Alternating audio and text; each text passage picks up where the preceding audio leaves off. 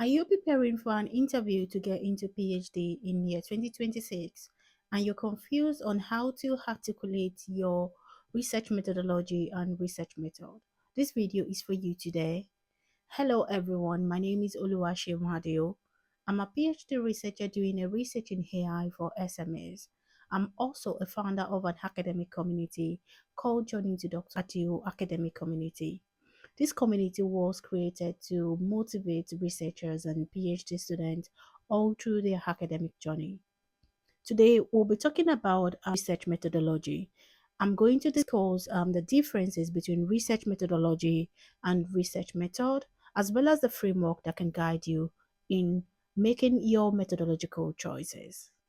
Think about your research methodology as a blueprint for your research. It includes the overall planning, justification for your choices of method. So I'm going to relate it to an architect trying to build a house.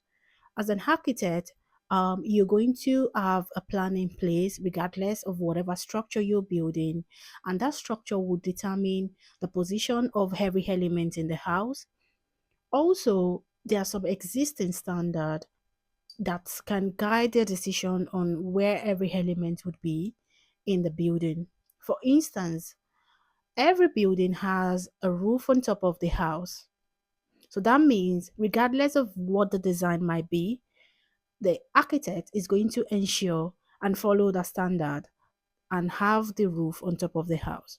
So the research method is the tool that is going to help you construct the building.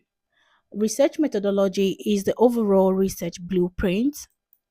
It is the plan of action, it is the underlying assumptions, and also the justification of methodological choices. The research process is also part of the research methodology because it helps us understand every action that will be taken during the research. I talk about underlying assumption. So underlying assumption is referred to some of the assumptions that, whether we know or not, automatically influence our decision on our methodological choices. So I related this to every building having the roof on top of the house, whether they like it or not. That is just a standard and it's going to influence the decision on the design of the house. Then justification for methodological choices. So for instance, you want to think about probably borehole within the house. There's some justification on why you want to place some element within the house structure in general. Probably you could think about, oh, this is where we could get the water. Drainage is going to affect this. So those are the kind of things you want to put into consideration when you're talking about your research methodology. It includes every justification for the step you've chosen as well as your choices in the methodology aspect. On the other hand, the research method is a technique or procedure. So, like I said, think about it as a tool that is going to help you conduct your research. It includes a data collection method. How do you want to collect your data?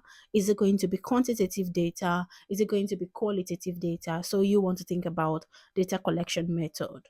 If it's quantitative, for instance, are you conducting survey? Is it going to be interview in the case of qualitative data? So when we talk about method also, you want to think about this data that I've collected. How do I analyze it?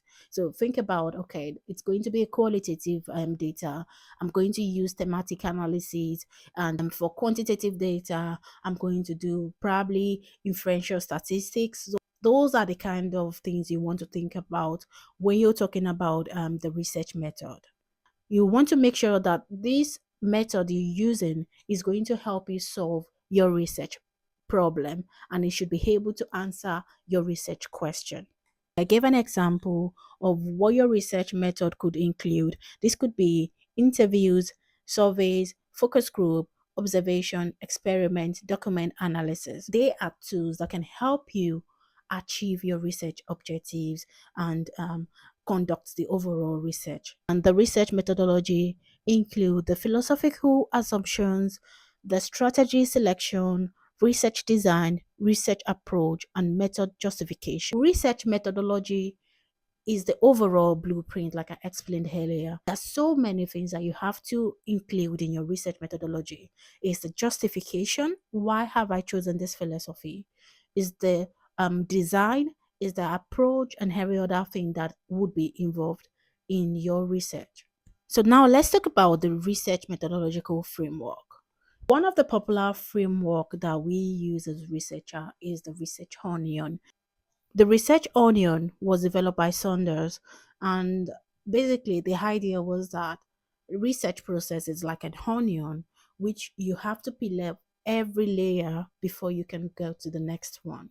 And on the outer layer, we have the philosophy. So this includes five major types of philosophy in the business research, with the positivism, interpretivism, pragmatism, critical realism, modernism. And the next is deduction, abduction, and induction. Those were the approaches you can use to guide your research. We talk about the methodological choices.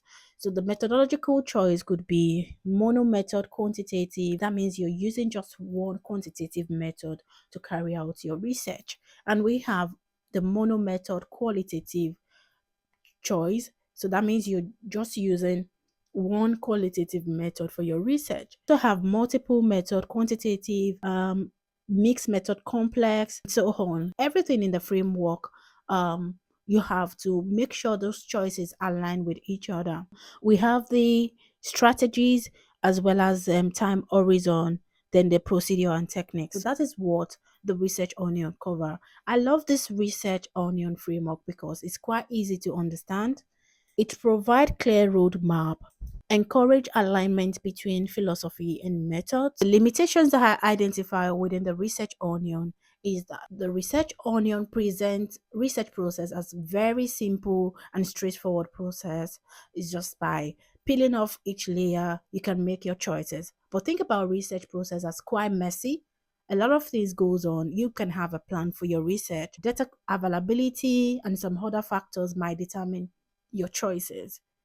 So many factors shape our decision on the overall research processes. So beyond just peeling particular onion to get our decision, research can be quite messy. It doesn't explicitly talk about the assumptions shaping your decision for the method and philosophical choices. So there are some elements that shape your decision on your philosophical choice. Although Saunders in his work he expressed those assumptions, but the research onion did not really describe those elements. We need to think about the assumptions and their influence on the philosophical choice. So now let's think about the research process as a tree. Esther Smith talked about the research process as a tree, and this was their illustration on how you can conduct a research.